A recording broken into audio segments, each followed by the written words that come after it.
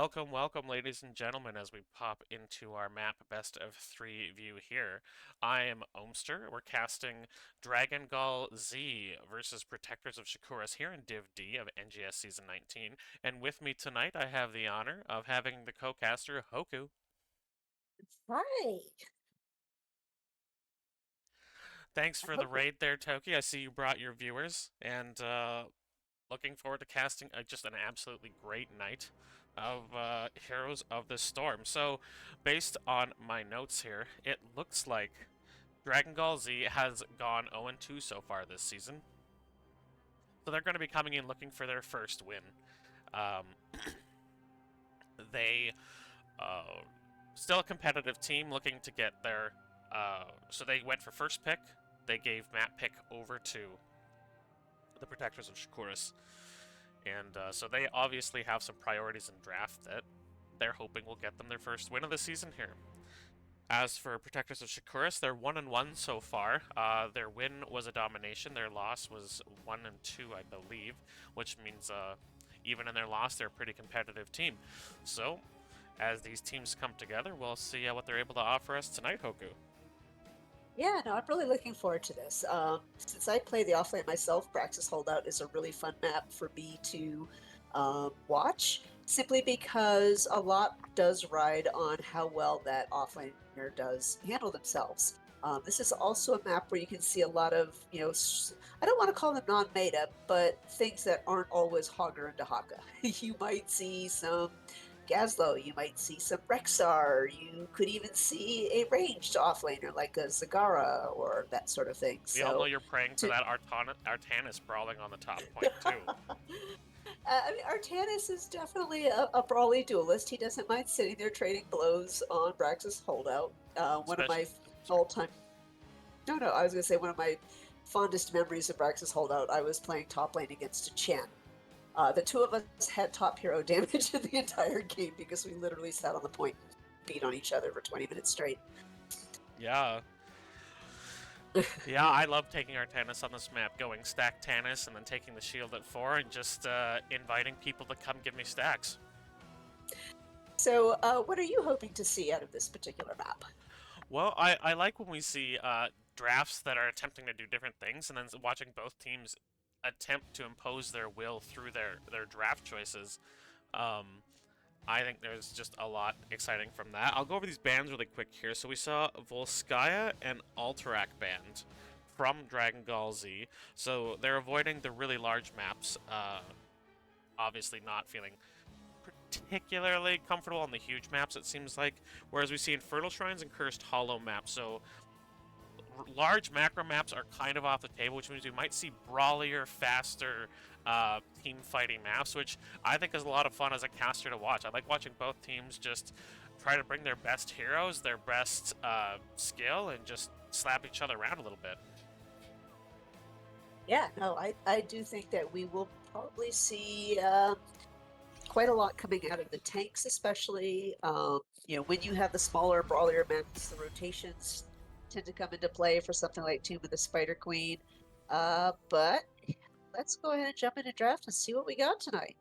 We're launching into the draft here, and again, as we said, first pick is going to Dragon Gall Z, so they will also have opportunity for first ban. Um, we'll see whether these teams go for global bans, things they just don't like seeing, or, oh, it seems like someone has dropped. We will pop back to the BO3 map here. I say they just decided to ban the entire map. But You can't play if we take all the heroes away. Apologies for the intro replaying there for a moment. I didn't switch it off when I was switching there, so that's a oopsie. A quick drop from a player. They had trouble connecting, and so they're just reconnecting them here. We'll see if maybe they are having a minor internet issue. All right.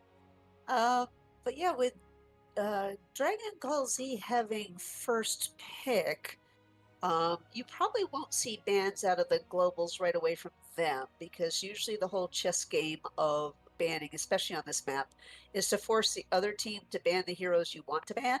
So you essentially have a a free ban slot. So you might see something like a Falstad or a Brightwing banned by the second team to ban, whereas you might see something more like target banning, like if someone's a particularly good Vala player, you might see that banned. Um, I think I was unclear, and that's my fault.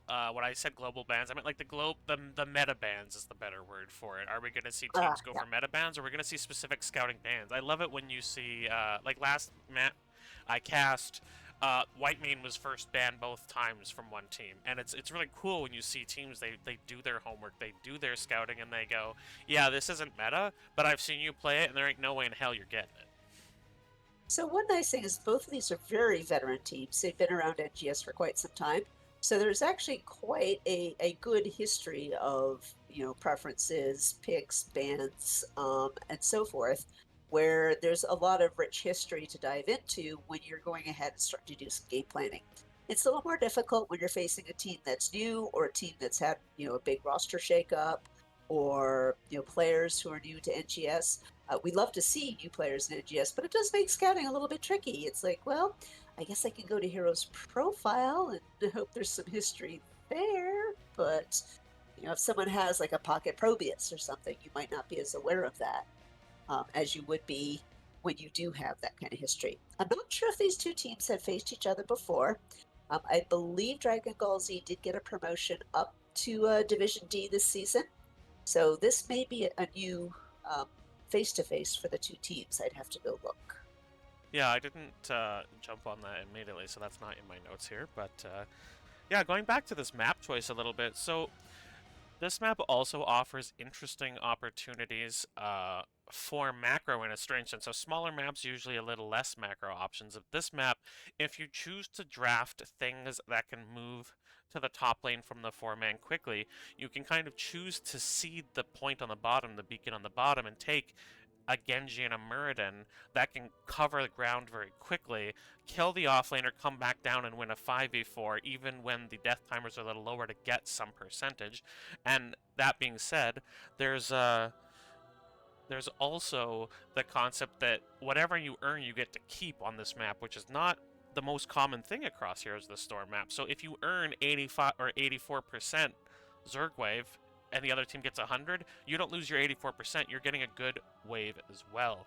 So the macro here is, are they just going to try to go power versus power and see can our 4-man out pressure your 4-man? Can our healer out sustain your healer? Can our offlane beat your offlane? Or is one of these teams going to take the initiative and go, we want to rotate, we want to push all over the map, we want to take this fight everywhere so that you don't feel comfortable and you're always wondering where we are. That and another thing that tends to be underrated on this map a little bit are the camps, because you do have to fight on the point, which is close to the camps. You can sometimes get a benefit by having a good anchor like a Chromie or a Junkrat, and then having something like a Rhaegar or even a Vala with the right build go off and do the camps where you still manage to hold it. So you get that little bit extra XP, and you also get a little bit of extra pressure where they have to devote someone to clearing that or to taking their own camp to counter. So this is one of the maps where, because it is diagonally symmetrical as opposed to horizontally or vertically symmetrical, the team on the left will sometimes have a little bit of a advantage in the top lane where they can send the hard camp across the top lane and give their offlaner a little bit of some breathing room or some advantage. Whereas the team on the bottom, although they also have a bruiser camp, it goes through the bottom lane where you tend to have the 4-man who can clear it a lot easier without having to, split their attention between the point and the bottom camp. So it's kind of a weird thing, but tend to say this is one of the few maps that does have a left-handed bias, if you will, just because of the nature of the design of the map. Well, I'll say on this map too, this is a very snowbally map. I have found I can't say I've looked at all sorts of big studies on this sort of thing, but this map often feels like one where once you fall behind, once more control is in the hands of your opponents, once they can kind of keep control of those beacons better, it's not impossible to work your way out of this map, but it is one where it feels like it can be a Sisyphean task. Uh, Try to get back out on the map and capture even one beacon, never mind both, if you've fallen behind, especially if you've lost both of your forts and the lanes have gotten super long. So this is Oh a yeah. map you just really don't want to fall behind. If you don't win the first beacon phase, you want to at least get, you know, a 50-60% wave yourself to force the other team not to just non-stop attack you. Yeah. Yeah, without a doubt. So Welcome, yeah, Harkin it and looks like we're Seidelberg, by still. the way. We're experiencing What's that? technical difficulties. Sorry, I said hi to some folks in the chat here. Ah, gotcha. We're experiencing technical difficulties with one of the characters. It may be possible that we have to remake the lobby here. So sorry for the wait here. We're not just vamping because we love talking to each other, although we do enjoy talking to each other. You're a great chat, Hoku. Well, thank you. I appreciate it. I mean, Uh, we could also chat about non-hot things like what's your favorite pie? I love to make pie. This is a weird thing to admit for a man who loves video games, but I'm actually a veteran pie maker. My favorite is lemon meringue from scratch. Make my own meringue, make my own lemon curd, put that sucker in a pie, and Mm. make people happy. Before my mom passed away, she loved to lick the bowl from my lemon meringue pie. She doesn't like meringue, but she loved lemon curd. So as soon as I was done with Ooh. the bowl, if I hadn't spatulaed every last drop out, she'd want the bowl, and if I had, she wanted the spatula. And if you could give her both, she'd take both. Yeah, exactly. So my mom and I, when mom got older, my mom passed in her late 60s, which isn't old, but when she got out of her like 50s and she had taught me to bake, we had a deal. She had a much bigger kitchen than I did, so she had a much bigger kitchen. So our deal was, I make baking, she cleans up after, and she was perfectly happy with that setup because she got baking for free and she didn't have to put the effort in. So I'd spend 5 or 6 hours baking. But we are jumping back into the draft here, so let's All try this right. again, ladies and gentlemen. So it was the pie. The pie was the key. It wasn't just pie, you know, I would bake bread. I have a great aunt who's one of the greatest bakers I've met, so we're doing another waiting for players here thing, even though they're all here, so I'm hoping. Oh, but we're in. Here we go. Thank goodness. You're coming to visit me, Harkin? You know what? I got famous at my last job where I worked in a factory because I learned to make gluten-free pies. Gluten-free apple pie, gluten-free raspberry pie, and people would pay me $20 for a gluten-free pie. And I was like, works for me because to be fair, gluten-free stuff is super expensive. Gluten-free flour, it costs the moon. Our first man will be Hanzo, and while he is a good pick, that seems like it was targeted. As does the Sylvanas. I mean, both heroes are certainly fine on this map, but they're not something that you necessarily prioritize unless it is a comfort pick. So both these teams appear to have done their homework and are looking to deny strong things. Now, Sylvanas is incredibly strong with a Zerg Wave by turning things off. So even if they know this is something that Dragon Ball Z likes, it makes sense to get rid of it. Anduin, many people are good on Anduin because Anduin's an excellent healer. Now, no one's banned really much in the way of point control, and there's our first point control ban. Although if somebody plays a good Junkrat on this map, it can be incredibly frustrating. Absolutely. Yep. Junkrat is something I will ban all day, every day. Although I certainly respect the Anduin ban because we call him the fun police. You think you have a kill? Haha, no. Now, Vala is an excellent answer into things like the Junkrat if you can get a good Q build going. But her W build also strong on this map, lots of 4-man fights, and it clears the Zerg wave well. On the other team, we see Brightwing and Rexar, both very popular on this map. Misha, of course, doing well either covering the beacon or clearing wave while you cover the beacon, depending on what you prefer. Usually it's better with Misha on the beacon. And Brightwing being able to help out the offlaner with polymorphs at very opportune times. Yeah, that's a very strong start to their draft. Rexar does tend to do well. Ah, Malthael pulled into that. Now, this is a very clever pick. Malthael able to suck health from both Rexar and Misha at the same time, and the wave. So Rexar is actually a better matchup for him than many. With if he misses the Misha ban, he basically has to walk right out of lane. Or the Misha charge, he has to walk out of lane. Malthael can put that much pressure on our Rexar. And Garrosh just an excellent tank. I love seeing good Rexar or good Garroshes go. So a mouth ban. I Yeah, don't want to see the flips into roots. I can certainly agree with that, especially since Brightwing does have a cleanse, but she does have to be fairly close for that, which does put her at risk, and it is on a fairly long cooldown. I have it on good authority that she's afraid of broccoli. We all. So we're going to see the last ban of these ban phases here. And what are they going to target from Dragon Gall Z? They target the Tychus. They don't want to see Garrosh getting burned down. They want his armor to have value. Tychus basically says, hey Garrosh, you don't have a trait anymore, and that's an annoying thing. He's also not too bad when it comes to either pushing with or defending against the Zerg wave with the Odin. And his wave clear is quite decent for your standard auto attacker. So I think that is a good ban. I do like that. On the flip side, his laser drill can be a big point control area for beacons if that's what they want to do. But Task Johanna, that's excellent clear from both of them, and also really good point control. The W's and the Q's from Tassadar can turn kind of a fairly even team fight over a beacon to big time in your team's advantage. If they funnel through a choke and a Q goes through, they're backing off till the heals come through. It's also nice because Brightwing and Tassadar do make it a little harder for Garrosh to just walk up and throw somebody. There's a wall, there's a squirrel. It can be a little challenging. Oh. So they draft the wave clear in Azmodan, and again, big clear on the Zerg wave. Ariel, incredibly strong right now. She looks like she might be a little bit nerfed in upcoming patches, but one of the reasons she's so excellent with Garrosh is not only does she have excellent healing output, which lets his armor have more value, but he has his own cleanse, which is one of Ariel's only weaknesses, is no cleanse. So when he takes Unstoppable at 4, she doesn't care. But Chromie, one of the best mages in the game right now, and they've actually gone double mage on Team Protectors of Shakuras. So these are both our drafts.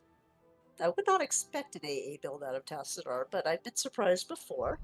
Yeah, very, very interesting draft. I do think the Chromie, the Tassadar, and the Brightwing will make Garrosh's life a little bit difficult, but if he does get a toss on one of them, you know, especially someone like Tassadar is dead. There's no saving them. So we're gonna jump into match 1. Game 1 between Dragon Gall Z and Protectors of Shakuras. Right. This is actually a good matchup. I really like drafts on both teams. Who do you think has the edge based on what you see so far? I think it comes down to what they want to do. I think the team fight build from, like, the engaged team fight build is better on the team of Dragon Gall Z. But if we're just talking about poke, I think that, you know, Protectors of Shakuras can poke for days, but Ariel will never get out sustained. So we'll introduce first on the blue side here, Dragon Gall Z wearing the blue trunks in this boxing match. We've got Viselli on Ariel, Solnova playing Garrosh, Autumn is on Azmodan, Porthos playing Malthael, and Vala is being played by Moogle. And we'll let Hoku introduce Team Red. Sure, the Protectors of Shakuras on the red side. We have the Boomer 444 playing Brightwing, Orum on the Rexar, Cliff Sandwich playing the Chromie, Dagny on Johanna, and Pants playing the Tassadar. So both teams are starting fairly ordinarily here, sending their offlaner to the top to do hashtag offlane things. Looking at level 1s, we've got the Righteous Assault by Ariel, letting her fill her meter easily by herself if necessary. The Gluttony, Unrivaled Strength, Fear the Reaper this time by Malthael. Now, he doesn't need On a Pale Horse for this map, so... And yes, we do have a W build, in fact, for Vala. And we're seeing the big wave clear advantage from Protectors of Shakuras right now as they clear that wave almost instantaneously. Hyper We also shift. see, Time. yeah, Garrosh having a little bit of trouble being able to walk up to them because getting a bunch of sand in the face, nobody likes that. And if you do like that, you're probably not playing HOTS. So we're Vala actually going for the early camp, but nobody comes with her, so she backs off there. We don't see a flashlight build. We in fact see Laws of Hope, which is recently buffed for Johanna. And we also see, instead of the deep breathing, we see Time Walker's Pursuit. Vision is a bit of a premium on this map. Cliff Sandwich pops the trap just to put some extra damage down. And Protectors of Shakuras going for the early Bruiser camp. This could be a little risky, but they don't really have much to fear from the Dragon Gall Z team. So both teams are going to go for their camps, but as you said, the Bruiser camp having more value here, and especially with the Ultra Clear that we're seeing from Protectors of Shakuras, they're going to clean. I suspect they'll clear this Fireback camp very quickly. Yep. Oh no, Tassadar, that's not where you want to be. The Great Xian by Boomer, but that is a lot of damage. Now, Moogle is also taking a lot of damage from the Chromie. You can't take your eyes off either of these mages, even for a second, but the Ariel healing is intense. Now, Garrosh is going to want to hit 4 before we get too crazy, but once he does, he's just going to walk up to whatever mage he wants and turn and throw them into his team. We've only got... also see the top. Autumn having a little bit of a trouble handling against that Malthael. She did lose the bear, or he did lose the bear, and pieces the she, not the Rexar. And Autumn took a lot of damage up there, so that will be an interesting matchup to keep an eye on, because I do think the Malthael is a good pick into that. Porthos is completely out of mana, and here comes the Polymorph, and they're going to try and kill him. Q misses with 115 health. That is the end. But on the bottom lane, they don't seem to have realized that they have the numbers advantage, and they are not going in. The flip onto Dagny. He's able to take quite a bit of damage. He pops the Unstoppable. Viselli is keeping the team's health. The Cliff Sandwich doing everything he can to poke them out. As early on... Oh, they managed to get the Tassadar. Early on, the Asthma damage is going to be fairly weak. His wave clear will be good, but until the stacks come on with the Qs, we're really not going to see a whole lot of quote-unquote teamfight damage. Soul Nova taking a lot of damage, but seems to know how to ride the line there. And the top lane, Parthos working to get control of this beacon back, and he's going to try and get his trait on both these characters and pressure out the Rexar. Blue team does now have both beacons, and they're up 60 to 18% at the moment.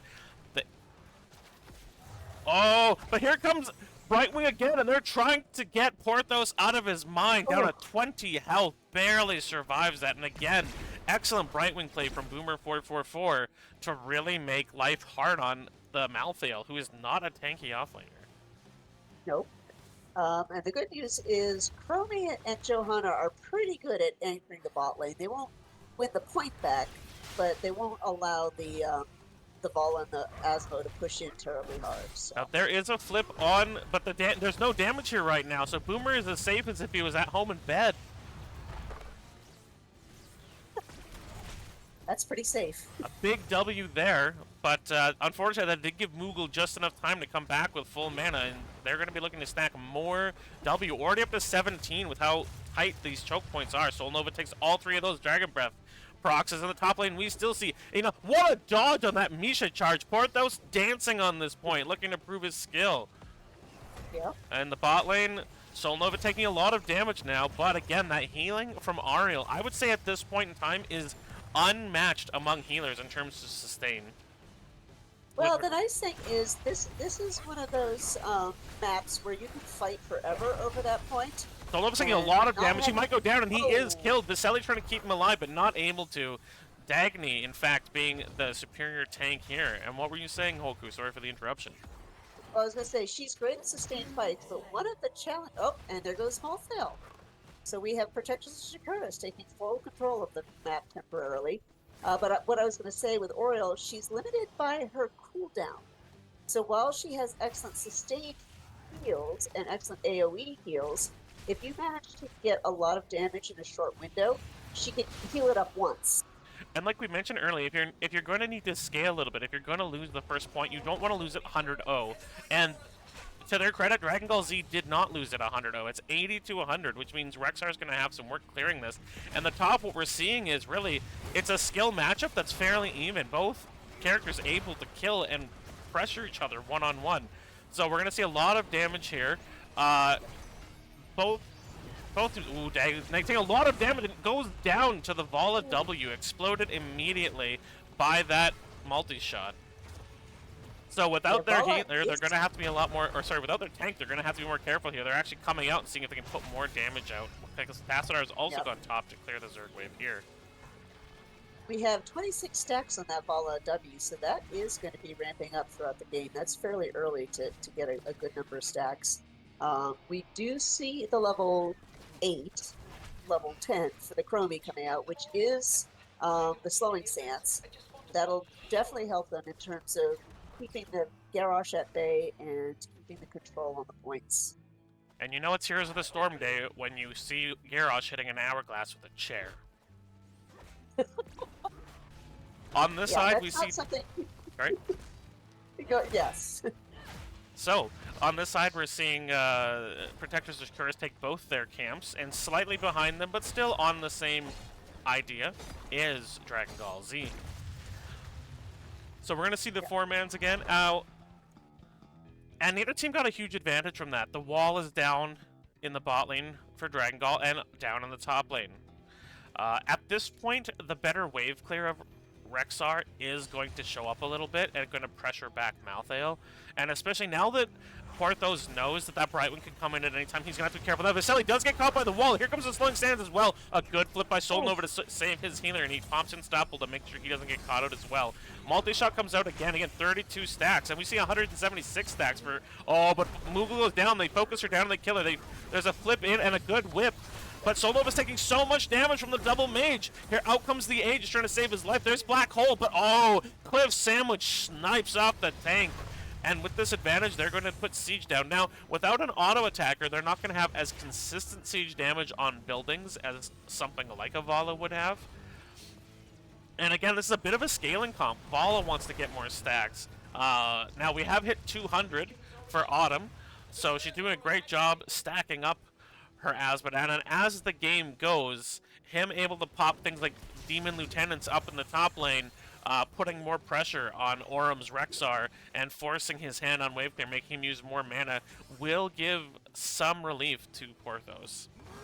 I do want to point out that Garrosh did take Decimate. I don't hate it, especially since he did take Oppressor at 7, so being able to slow them and get on top of them will help him a lot. But Chromie is going to play it really safe, so it'll be a little harder for Garrosh to get the spell power reduction on her, especially between the slowing sands. Other than that, we don't see too many surprises. The Johanna does go for the Blessed Shield. Tassadar does go for Black Hole, as opposed to turning into... sacrificing himself with another Templar to make a Archon. Dagon does hit whip, but doesn't hit the wall, and that's crucial. Moogle takes so much damage, goes down immediately, and Veseli also sees Seed. And in the top lane, Arm is starting to show dominance over Porthos' Malthael. Yeah, That's a big is win, a 3-for-0. That is a huge win. Unfortunately, it's still early enough in the game that the death timers aren't very low. They shouldn't be able to get too much out of it other than time on the channel. But time on the channel is very important, so... 13 that do come out for our red team, and they are starting to push their advantage here in the bot lane. They won't get their wave in the bot lane, so Solnova goes in hard, but the healer isn't back yet. He might go down. Oh, the Aegis comes out. He was at 100 health. Oh, they charge him with damage, but he's still alive. That Garrosh armor putting in work down to 200 health. Now the Zerg's waves have popped, and no one has rotated top yet, but it looks like just Asmodan is going to go up. Is Moogle going to go as well? They're completely giving up this bot lane. Well, Vala's not sure. Vala's being told, I don't know what to do here. Huge wave in the top lane. Yeah, it would be tough for Vala to defend on her own. She probably wants the stacks, but if she steps up too far, one Blessed Shield, and she is a dead demon hunter. Porthos having a rough game this game. Playing really well on the Malthael, but just a tough game so far, and goes down in this wave. And Dragon Gall Z's first fork goes down on the bottom, and they're going to invade and try and take this camp, the Firebat camp. You can't really call them Siege and Bruiser so much on this wave, but yeah, the Firebat camp is going to go over to the Protectors of Shakuras. In a sense, the Firebats help with Siege because of their armor shred. It does work on buildings as well as heroes. So ideally, you would try to get a little push with it. I think here they're just trying to deny um, uh, Dragon Gall Z from taking it themselves. They take their bottom bridge as And well, and they're going for their siege camp, while Porthos decides to go PvE because at least that's not going to hurt him too much. sure. And I think it's worth noting, Porthos has had some really good moves on Malthael. I don't think it's Porthos that's been the problem. I think he's been put in a really tough situation. Well, he also is. There's also the fact that whenever he does get any kind of slight advantage, Brightwing comes up to kind of not respect the 1v1, or I guess the 1.5v1 that we have going top lane. So it does make it a little rough if Porthos wants to be aggressive. Um, he has a very short window which he can do that.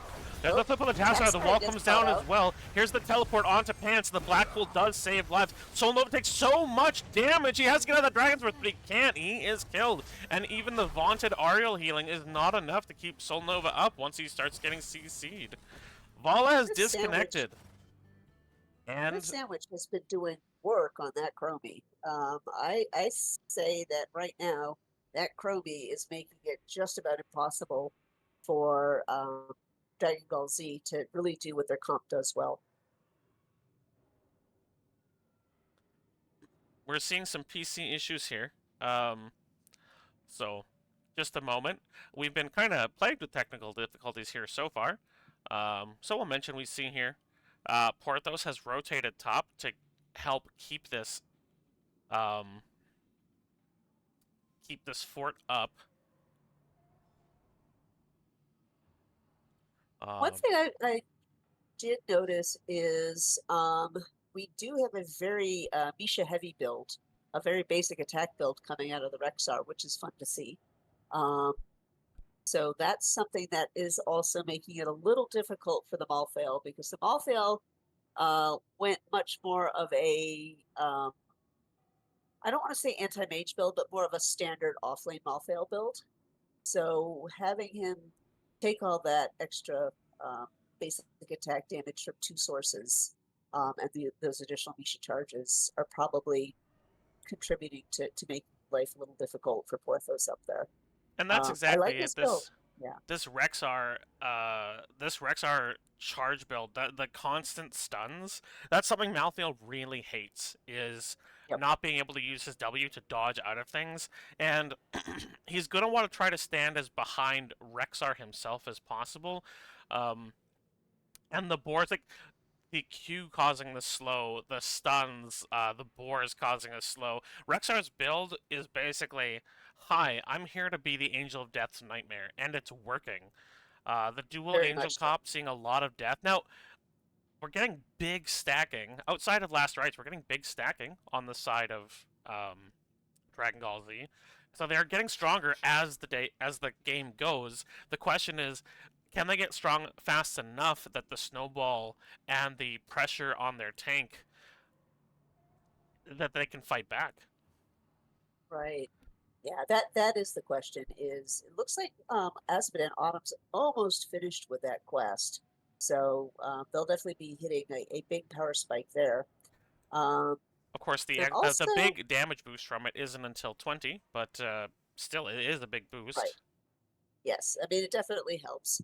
One thing interesting is Oriole did take Blinding Flash at 13. Um, and it is against a double mage comp, so it would help against, the Rexar Misha, but unfortunately she's not facing them as much as she's facing the double mage. So I'm just wondering if she might have thought about taking a different level 13 there. And I'm sorry, I have no idea the gender of some of these players. I just usually refer to hero genders. So if things sound a little odd, Oh, that's why. worry not. So we do have W, but we have a wave clear Tassadar build here, actually. We're not seeing the Yeah, percentage Qs go through, which is, you could say is a little interesting into Garrosh, but it hasn't hurt them at all. They've been totally fine. It helps him keep his mana up. Um, and it just creates constant wave pressure. And I do think that's one thing that we're seeing here from the Protectors of Shakuras. Their wave clear has been excellent. They're constantly pushing things in, and I mean, besides pushing in, um, just waves pushing in lanes, just they constantly have the wave going the direction of Dragon Gall Z, and that just puts that little extra pressure on a team when they're trying to walk in, when they're trying to deal with you, when they have to walk through your wave to do Well, that. the other big benefit is by clearing the Asmodan um, um, demon lieutenants or whatever those are called, and the waves, it allows Chromie to get her Qs to actually hit heroes as opposed to hitting everything that's a not hero. So I really think that the synergy between Tassidar's AoE clear and Chromie's single target explodiness is what's giving Oriole a little bit of a tough time. So I think they did really well in the draft with that particular combo. But like you said, this isn't over yet, and there's still a lot of time for the Vala and Asmodan to hit their big power spikes. So this could turn on a dime. All right, it looks like we have our Vala back. There is a countdown from the red team as they count us back into this game. Vala did take Gloom. Now, the big downside to Gloom is she will get spell armor, but she also loses all her stacks, which really weakens her autos and lowers her movement speed usually as well. Yeah. But I think at this point, she needs the glue to survive anything that's coming out of Chromie at this point. We also see that we do have the extra spell armor on the Brightwing, which will also help protect from some of that Chromie burst. So beacons are activating now. Boris comes out there looking for the engage. Solnova has just returned now. Misha looking to charge in, but there's not a wave here close enough. And so this time they're the ones trying to charge through a wave, not able to find what they're looking for. Maltholiel is capturing the bottom point. I'm struggling to speak the language English. We see the feigned death on Rexar, which is, it's just funny to watch him fall over like he's had a sudden myocardial infarction, which is fancy nurse talk for a heart attack. The way he pops over is so dramatic. Like, how has nobody noticed he's feigning death on that one? Like, I don't know. I also love how Misha just kind of stands there and goes, "Okay, dude, whatever." If you're dead, I'm eating your body. That's what really happened. Oh Misha my just goodness, eats we have Rexar. a... Oh, they're gonna damage the Misha, and they keep control of the point. So they do a full rotate here. Now they don't get a hero kill, but they do get some map control. I think that's what they're looking for. And this is going to let Parthos deal with Aurum a bit better, but without the 16s, they need to be careful they don't get caught out, and they do a really good rotate there, a safe rotate. They are going to jump on Parthos. He pops you unstoppable, but you can't unstoppable through a wall. Here comes the polymorph, the attempt to heal from Viselli, but it's not enough. And Malthael dies again. The Angel of Death getting a taste of his own medicine, and there's great vision here from the Chromie time traps. Yep. That level 4 talent, giving her those extra traps, is also getting a lot of value in terms of the vision control on this map. And maybe she's got kind the of vision at 1 and the extra traps, and she will always know where the blue team is. So one of the underrated aspects of taking away these siege camps, you're also removing experience that Dragon Gall Z could use to return to this game. Dagny very cleverly using those hammers to have a look into bushes to not face check. Here comes the flip, but Solnova's team isn't there. They've been being pressured. Out comes the Aegis. There's a big stun. The control on Viselli. They do get the heal on Solnova, but he takes so much damage and he goes down so quickly. Moogle here. Again, big stacks. Out come the Boars. The unstoppable on the Malthael means he doesn't get killed, but they have uncontested shrine control here. Yeah, I think that was a little premature on the part of Dragon Gall Z. I think they should have waited to 16 before looking to pick a fight, even if it meant losing control of the beacons. I think now you can see Protectress of Shakuras is going for a boss to go. I think the boss is probably going to go top. It usually goes wherever the least damage. They're so close. Yep. It will go top, but just barely, I believe. Yeah, it does. So Malthael making sure he doesn't get caught, and he is going to back up. They're looking to see if they can get this. They do have their 16s in place now, but Azonet gets caught out and killed in the bot lane, and they need his wave clear. Yeah, that was really unfortunate timing there. They still do have... Oh, Garrosh goes down again. Yeah, this has been really rough for him to walk up into all of that poke and all of those slows. I feel like we're going to see a Chromie ban in the next game. I feel like it's necessary. It's just done so much work, and there goes Port, though. So they get a fort in the top lane, but they might lose their core here. They're now 3 players, and as much as Mughal's playing well on Vala, Veseli's had to back up to be careful. Yeah, that looks like it could be game. Now, Asmodee did have top damage in the game and And top that's GG. wave clear, but it just wasn't quite enough against that assault from Protectors of Shakuras. So that's game 1 to Protectors of Shakuras, as we're going to pop into the game summary here.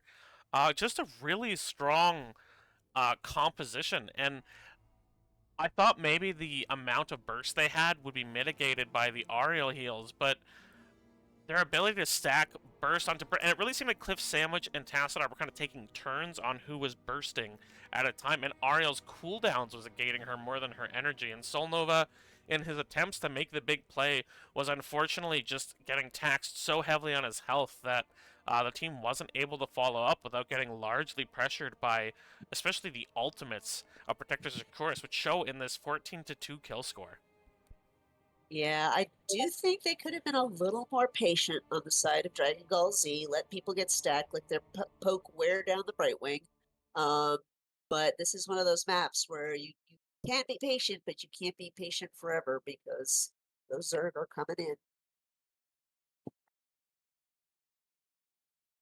And looking at the talents, I think we mentioned most of the things early on. We did see just about a full Bloodthirst build coming out of the Garrosh, um, which yeah is a strong build, but it was really tough for him to get at the heroes he really needed to get at just because of all of the poke and all of the soft CC we had coming out. I don't see anything else that I find too surprising here. Um, yeah, that everything else to me looks fairly normal. Anything that stands out to you in the talents?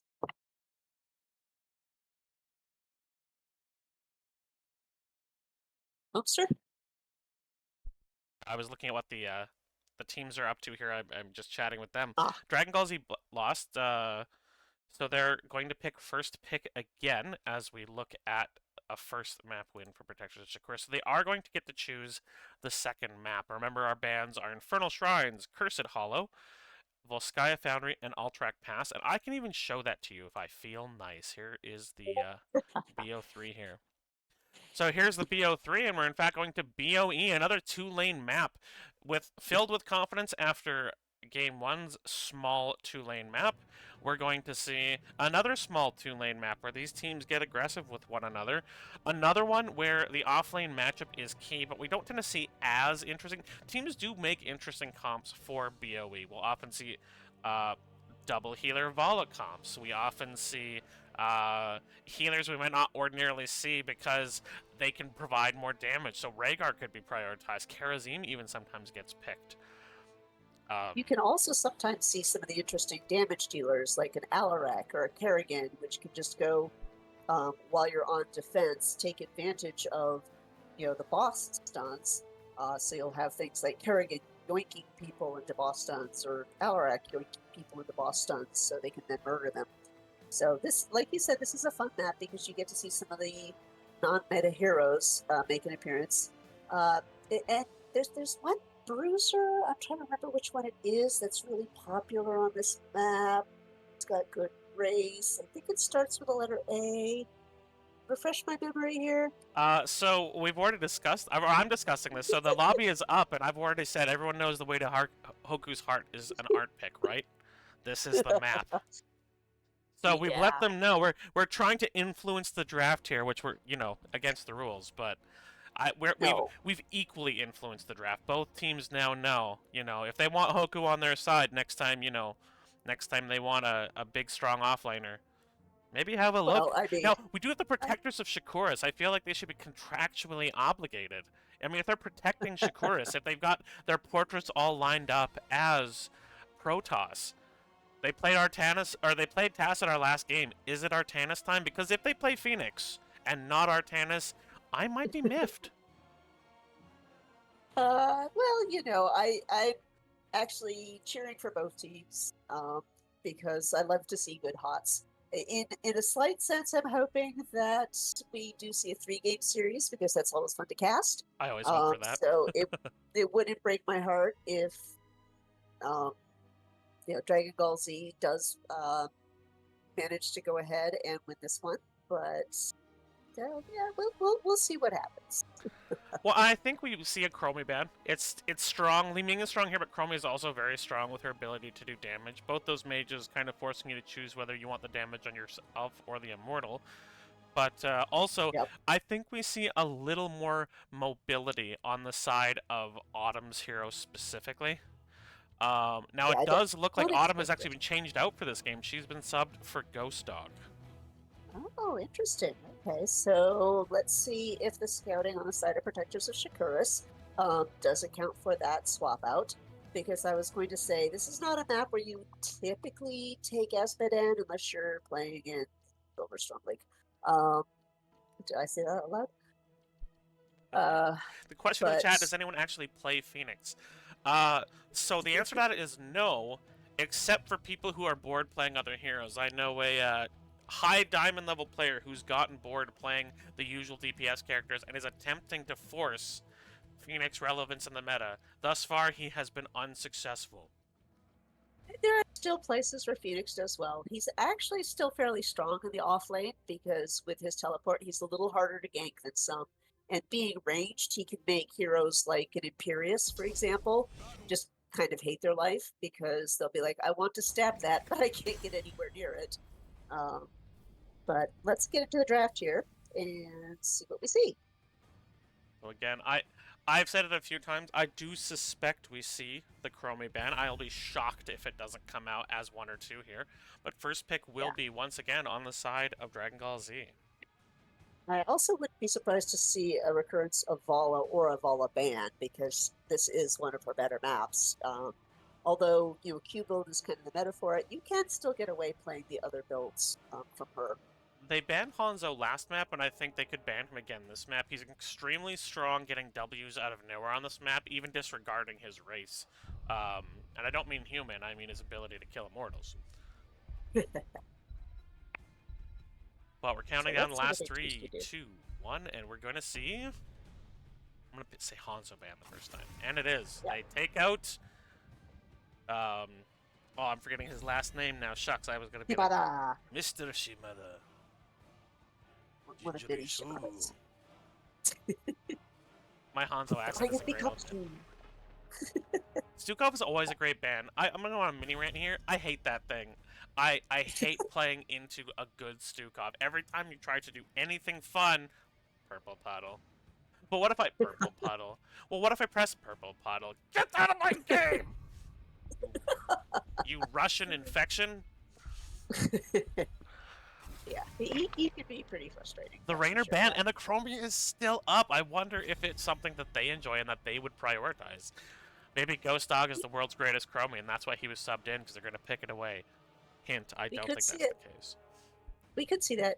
Rainer's always a safe ban on this map because he does have good race. He also has that incredibly annoying talent where waves and camps are permanently buffed. So you definitely have to have someone rotate out to deal with that, as opposed to joining the scrum over the immortal.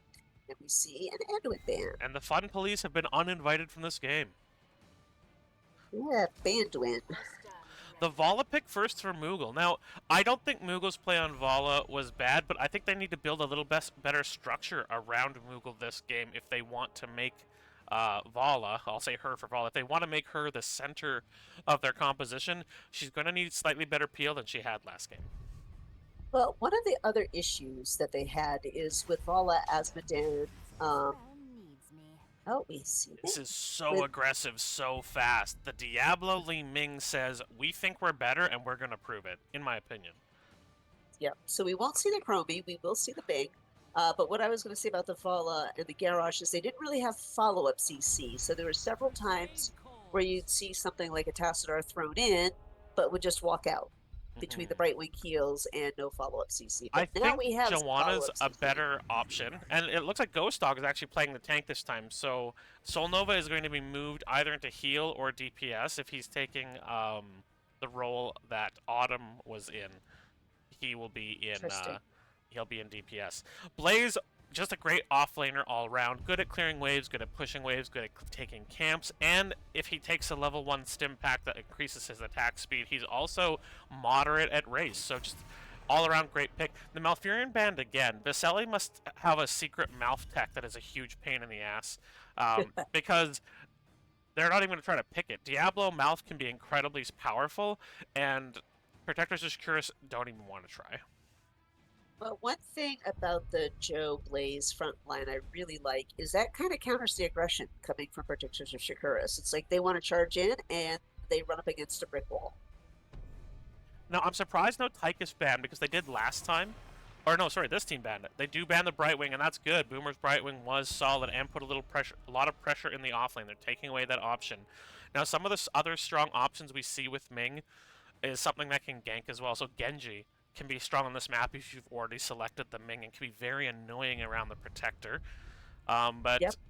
I don't think we'll see any more globals here. The Brightwing's banned, and Dahaka and Falstad do not find their strongest play on this map. So, but the Oh, Decker and Hogger, a Decker. good. A Hogger is the equal of Blaze in most of the things I mentioned that Blaze is good Yeah. at. Hogger can also take camps, can also push waves, can also race moderately well if his rage is high enough. So we He's basically also, yeah, he's also a very divey aggressive hero. So they have an incredibly aggressive comp. My concern is can Deckard keep up with them because he will have to throw potions, which means he will have to step up to get in range for that. So let's see how that happens. which would cause me to Ooh. suspect he goes the nap time, stay a while and listen, as opposed to Lornado here. But again, it depends. If they're getting picks early, it might be Lornado to block off chokes so Diablo can rip people apart.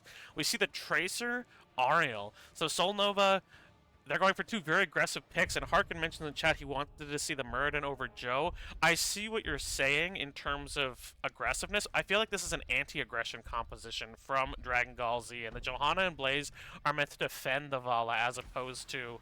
I think they want to counter-engage the Diablo instead of start fights on their own terms.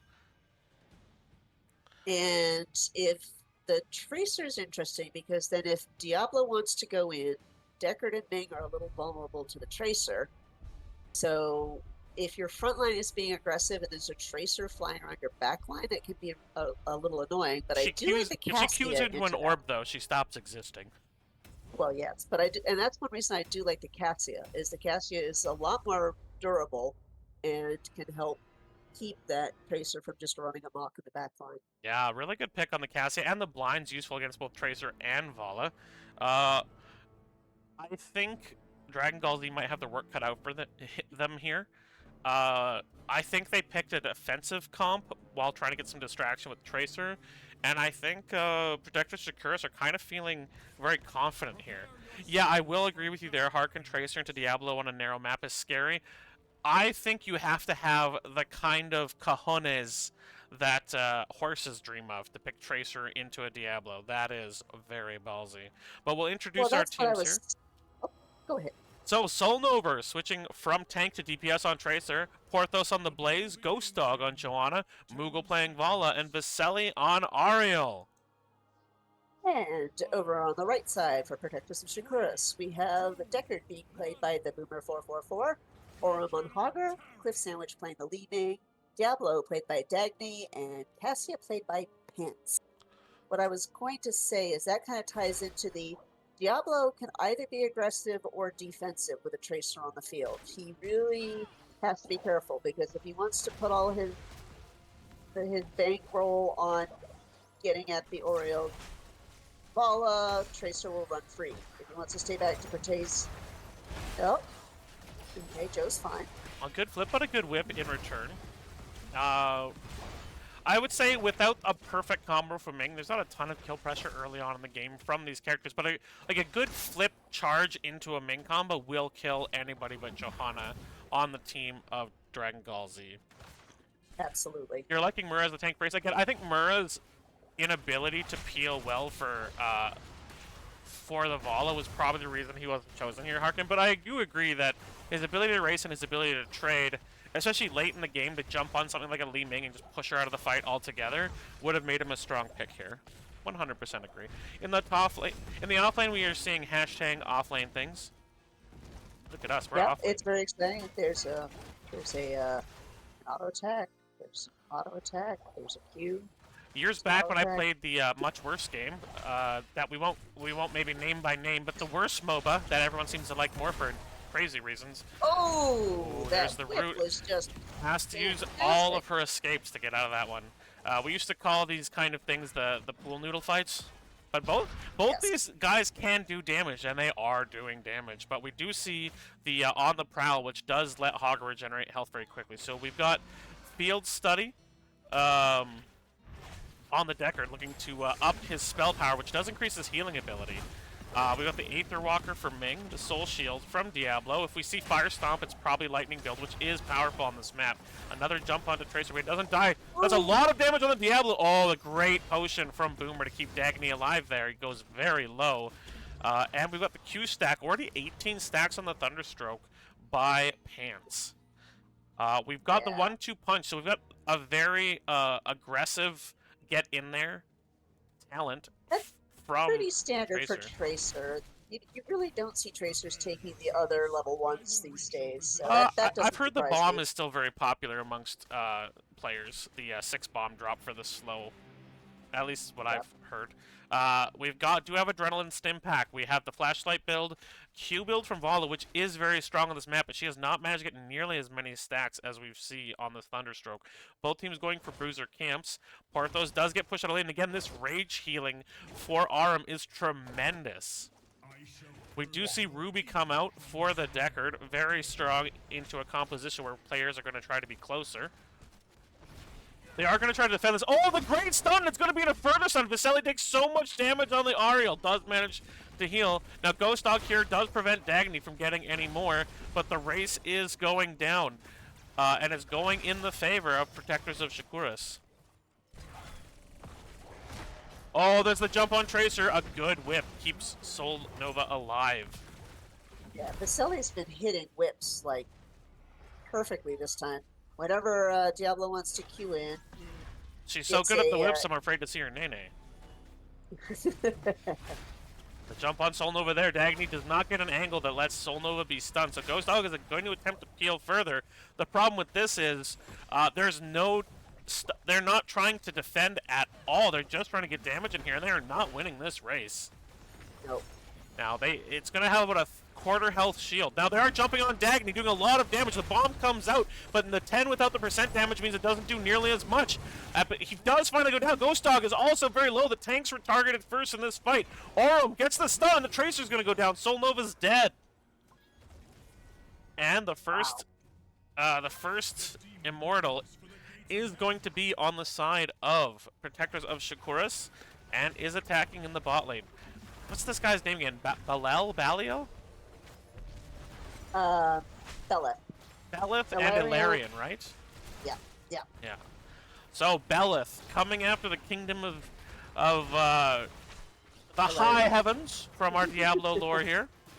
He's already going down very quickly, though, to the Qs of Moogle. He's going to take about half to 60% of the health on the bottom fort, but that is the end of the Immortal already. Yeah. Orum just trying to make Porthos' life difficult. That was definitely a good first Immortal phase for the side of Protectors of Shakuras. So they don't have much of a level advantage, though, so I don't think they can push in more now unless they find a pick somehow.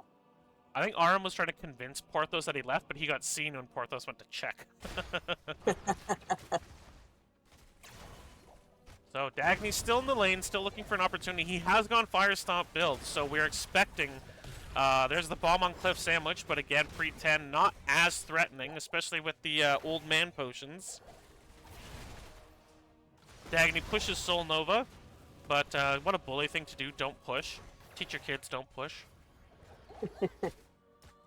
And the Thunderstroke stacks just continue for Pants. 33 now to only the 10 Q stacks on Moogle. Now, granted, Cassia does get a double a double stack. So there's the center from Porthos. He's coming down for a gank. They want to see if they can get a kill here early. The fend from Pants does plenty of damage to the Johanna. She has to pop her unstoppable, and they get nothing from that gank. Arum now is going to get the camp up top for free, and is getting free gate damage from the wave push. An attempt to make a big play from Dragon Gall Z, but they're struggling at this point. Moogle takes a lot from that combo, but is healed by Viselli. The root there hits everyone, and that's the end of Tracer, and that's going to be resets for Cliff Sandwich. Another kill. The kill's on Ariel. The orb just misses, but it doesn't matter as the magic missiles hit Johanna. That's a 3 for nothing as the Li Ming is popping off as we go into our second Immortal phase. That also secures them level 10, which is a huge advantage. So now they have to be very careful on the side of Dragon Ball Z. This is something you just have to kind of chip away as much of the Immortal as you can without dying. Get your lanes cleared so you can defend. You know the Immortal's going top, so you can see they're already prepping top lane for a defense. And they're controlling everything. They take the bot fort with Cassie, and this siege camp's still going. It could, if this Immortal phase goes long, that could take a keep gate. So we see, stay a while and listen. The Shockwave, Wave of Force, Apocalypse, not Lightning Breath. You usually see Fire Stamp into the Lightning Breath. I'm kind of surprised. And Valkyrie as opposed to the Lightning Ball. Well, I don't think that the Lightning Ball would get quite as much value. I do like the Valkyrie because if you do pull Tracer or Oriole out of position, it can be very, very painful for them. Looks like Orbs. They're desperately trying to hit 10 on the side of Dragon Gall Z. They need to hit 10. They want to take this camp to get it. How aggressive is Diablo willing to be? Not that way, but again, they're going to get the race here, and it's going to be about a half health Immortal for this time. They want to find a fight, though. They're looking to get a kill before they get the Immortal. They're searching for it. Yep. They do finally get the Immortal. There's the unstoppable Pop and Johanna. Viselli in a very vulnerable position here. The Fend comes in comes the Apocalypse. They do use the Aegis, and then the heal himself. Solnova super low and goes down immediately. The orb does miss Viselli, but now grabbed a good whip there and is able to heal. And they're going to clear this bot camp while Belith now pushes in the top up against Blaze. And you know what? I don't know if a fire bat's fire is particularly frightening to a creature from the burning fires of hell.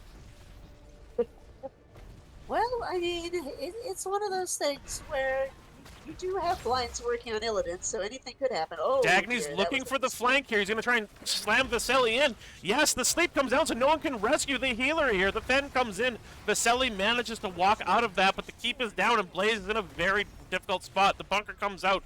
Porthos attempting to walk out of this and uses the jet propulsion to get away on the lower side of the map. Solnova attempting to distract, and it's working. They're getting down, but no, slammed into a wall, and Tracer is... They E out, but dead. It only delays the inevitable, although they do manage to save their fort, or their keep. Yeah. Johanna is back now. This is a difficult position where they do have both forts down. This map not nowhere near as snowbally as Braxis, however, so there is still every chance, only a level behind. But sorry, I interrupted. Go ahead, Hoku. Oh no, but I was going to say, the good news for them is, although the top and bottom camp are up, they're not as threatening as having, say, one of the Khazra camps, or the cruiser camps up. There's the stun on Ariel. Dagny delayed coming to this camp. Going to put a lot of damage on, but here comes a stun from the whip and a stun from the Rain of Vengeance.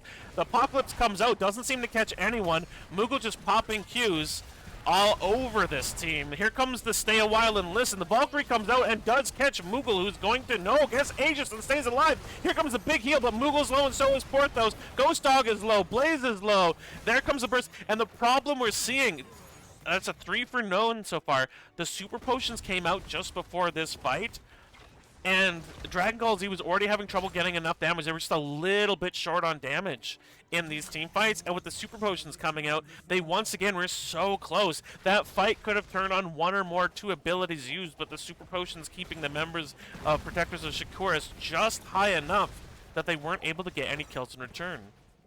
Absolutely. That was a really tough timing for Dragon Ball Z. Really excellent timing on the side of Protectors of Shakuras. The Immortal's coming up in 4 seconds now. You see them getting a little bit of siege in the bottom lane. top lane is kind of in neutral territory, so nobody's worried about that at the moment. We look But at the yeah, that damage here. Tracer has been very effective with 21 or 22k damage essentially. Both teams actually looking to start. No, not by defending. We are seeing the aggression on Ilarion by the protectors of Shakuras. Very good. Hogger actually top damage here, bullying Porthos in lane. 24,000, 27. The Cassia being played very well. Halftime show yep. is down. The bottom camp is taken, excuse me, by Dragon Gall Z as they're again looking for ways to come into this game, and they're going to start by defending their immortal. Blaze using the oil spill to check the bush, looking for an opportunity for a really good AoE stun. He has one of the best AoE stuns in the game that's not an ultimate. Yeah, the only trouble is, though, that puts you into a Diablo, which means if you E in, you'll probably get flipped and won't come out again. So you do have to be a little careful with E to that comp. The other issue is the longer you wait, the more super potions get set up around the immortals, which is going to make life Yep. easier for protectors of Shakuras once this fight starts. Now, they go to clear the bot camp, but already missing their keep. They've got nothing to lose. They go on. Now they're going to be more defensive. Diablo a little bit of Yep. no man's land here, but they don't manage to punish it. Porthos is caught and flipped. He pops his passive. Here comes the Blessed Shield, and Apoc is out as well as Stay a While and Listen. Solnova manages to Q out. No one has died yet. Now Porthos is stunned in the back, and he is going to go down. He is killed. And the health bars are still fat and chonky for the protectors of Shakuras with those potions, keeping them really, really healthy. I couldn't think They of another also word for still healthy. have Valkyrie available on the side of Pants, so if you can find a way to sneak a Valkyrie in there, they could still pick up yet another kill, which means yet another big reset, which means even more damage coming out. Oh, and they're going to They're steal gonna this the kill. camp. Now, Vala did manage to get lots of Q value, cutting down the shield of this thing down to, I'd say, about 20%. So Yep. they will have a slightly easier time defending this, and it will go in the bot lane, where, yes, the gate's gone, but the fort is still moderately healthy, although the 16 advantage is... Deckard Cain took Herodric's staff. They are Bonk. feeling themselves here, and he's also making sure that if Tracer comes in close Bonk. for a punch, he can bonk back. Bonk. Mirror ball. Yep. Thunk, thunk, thunk, thunk, thunk. Oh, the Valkyrie. Oh, saved by the positioning of the keep. Valkyrie does not manage to pull Viselli into a team fight that honestly Dragon Ball Z is not ready for yet. Porthos does get grabbed and flipped. He's going to jet propulsion out. Ghost Dog just looking to peel while Moogle and Sonova do damage to Belith. Yep. I don't know if I know him well enough to use his first name, but we're going to anyway. Diablo does take a good chunk of damage there, but they're just not able to peel hard enough. Belith getting tons of damage on the core, and so is Cliff Sandwich. It's down to 40, 30, 20. And the team fight is going hard, but Belith is finishing this off, and that is a 2-0. As this game goes to Protectors of Shakuras, we'll let our co-caster Hoku go over the game summary with you as we look to find an interview with our winning team. All right. Well, looking at the stats here, Pants did fantastic work on the Cassia. Top damage in the entire game, beating out even the Ming and the Vala. Tracer had a rough time. It all hinged on whether or not Tracer could do what she wanted, and she couldn't. So I think that is kind of what sealed the deal for Protectors of Shakuras. Very clean game, only one death, and that was Diablo, which is fine because he comes back very quickly. Looking at the talents, pretty much what you'd expect full Q out of the Vala. Nothing surprising, although Holy Fury on the side of Johanna, which you don't see very often. It can be useful when you have a lot of people standing on you, like happened quite often. Not once again, we did see the So blinding flash. sorry Hoku, I'm gonna interrupt you here. We do have the captain and the healer of Protectors of Shakuras ready to go. So we're gonna pop into a lobby in NGS, and we'll ask our winners how they managed to be so dominant in especially game 2. Sounds good. I'll see you there.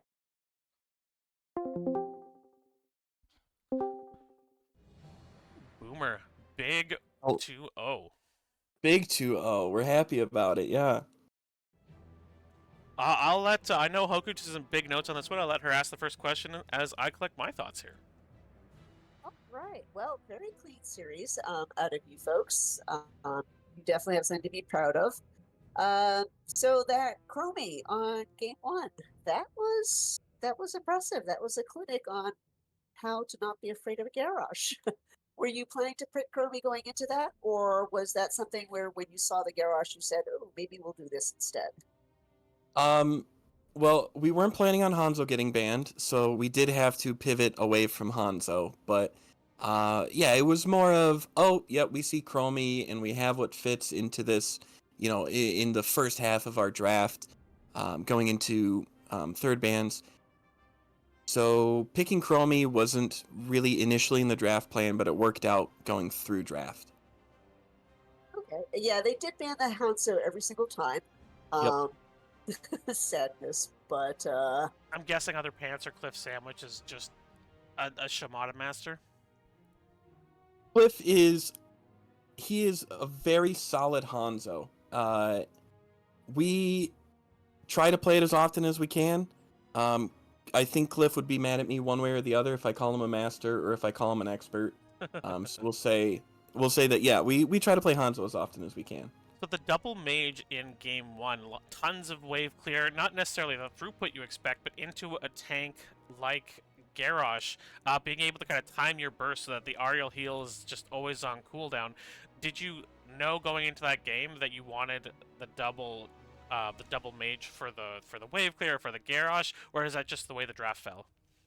That was the way the draft fell. We were looking more towards a goalkeeper, as we call it, someone to clear the Zerg wave, hold lane if maybe a Brightwing has to Z away, and then someone else to cover whatever weakness we had. And the weakness we had was getting close to a Garrosh, so we decided on Chromie. Oh, played to perfection. Do you have any further notes for game one, or would you like to go to game two, Hoku? let's go to game two, Battlefield of Eternity. So Mhm. What made you very choose? sorry, go ahead, Hoku. I was gonna say, what made you choose Deckard there? Ruby OP. Ruby is I overvalue the talent, but we have seen Dragon Ball Z play Deckard, and we saw them play Malfurion, and for us it was between Whitemane or Deckard, and I thought, you know what, they had what, double bruiser and a tracer, which I could maybe get in like a Ruby proc. So I went, better to get a big slow and a big root than just heal Diablo, because I knew I was going to have to heal more than just our tank. So we went with Deckard instead of Whitemane. Makes And sense. you managed to keep some pretty fat health bars out there. Yeah. Looking at this draft overall, you guys went with two-lane maps, both maps that really call for strong four-man, strong off-lane. Aurum, both games managing to put a lot of pressure on Porthos. Now, the first game you're helping out with the Brightwing, but were you just that confident in your team that you could pressure out Dragon Ball Z, or do you guys just love the brawly two-lane maps? Both? Is both an option? Absolutely, yeah. Absolutely, right? I have full faith and credit in Aurum. I think he's one of the best players on our team. Definitely top 5.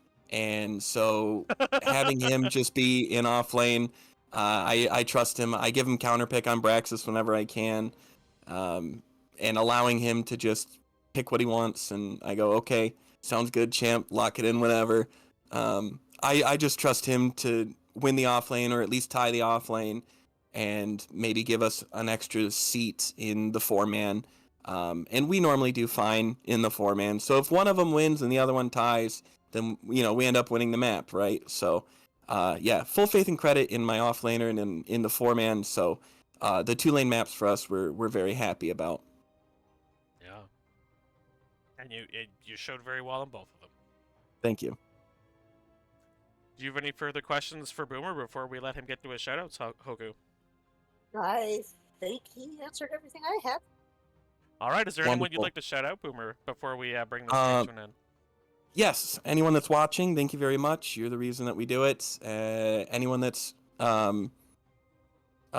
casting, you guys, you two thank you for casting, and shout out to any of the other casters that are doing a not a thankless job, but doing a very high load for not a lot of payoff. We all love it, we enjoy it, and we thank you very much. And shout out the teams, both of us. I know that we are always happy to play a match, and we'd always rather play than not play. So the more teams that we can play against, the better. And I hope that having won Protoss and game 1 was enough to satisfy you, Hoku, because we didn't play any game 2, and I'm sorry about that. I'll live. They're I'll gonna have to forgive change you their this name time. to Protectors of StarCraft because they're not protecting Shakuras. Just one. I don't think one Protoss is enough to protect Shakuras. Tassadar might be. He was the man. Okay, he was the That's toss. And Taro This is Tassadar, true. my friend. And Taro Tassadar. Well, thank you so much, Boomer, for your time. Loved your healing. Just loved both of those games. Thank you so much to both of our teams. And thanks to Hoku for the co-cast here. It was a great time. We love watching some HOTS. And the only disappointment being it would have been nice for Game 3, but we also know there's people out on the eastern side of the continent that aren't looking forward to going to bed after midnight. So Well, thank you for the invite. I had a wonderful time, and again, thank you to both teams. You folks put on a great show. Certainly Cliff Sandwich put on a mage clinic tonight, so I think definitely deserves a pat on the back. I'm gonna throw this out Thank there you, because I folks. feel like it might have been. We didn't mention it.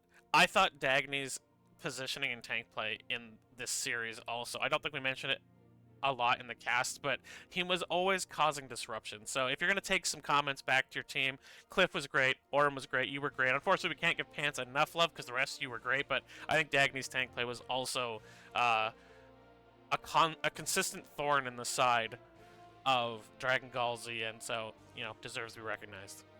I would have to agree. Everyone was great. Pants was just okay. Ooh, brutal. Be sure to take that back so he comes out next week with that fire in his belly and goes, 14-0. I hope so. Have a great night, Boomer. Thanks for the interview. You too. Thank you, guys. Thank you for the cast.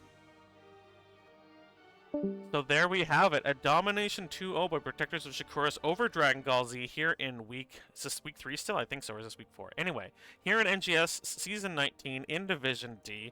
Exciting matches. And some really great play from both teams, but it is Protectors of Shakuras that come out on top. Any last things you'd like to mention before we do our sign out here, Hoku? Once again, as Boomer mentioned, I would like to thank all of those folks who watched tonight. I'd like to thank you, Stir, for the invite to GoCast. I had a wonderful time. And for those who may have randomly come across this, whether on YouTube or live on the Twitch, and you're interested in NGS, I do recommend checking us out. It's ngsgamingseries.org. It's our website. There's links there to our Discord, to the blog, and a few other things, as well as links to all the previous matches, so you can't go watch the VODs of matches you may have missed. Yeah, the VODs will be on Twitch for 7 days after streaming. I have a YouTube you can go to. We have the command !NGS in the chat, so you can find the website there. We also, if you have seen this stream and you don't know much about Heroes of the Storm yet, or you'd like to pick it up for yourself, we also have !HOTS if you'd like to download the client for Heroes of the Storm. Come get it before it goes on Game Pass and all those 8-year-olds are still learning. You can dominate those suckers. But I've been Omster, this has been Hoku. We had a great night tonight in Div D. Planning on being online tomorrow with replay casts if Linebus and Tokibi haven't taken them all up. Those are some other great casters. Follow them if you see them on Twitch. And we'll thank Tokibi again for the raid. Thank you to anyone who followed tonight. Always appreciate support. And go enjoy yourself some HOTS. Thank you so much. Have a great night.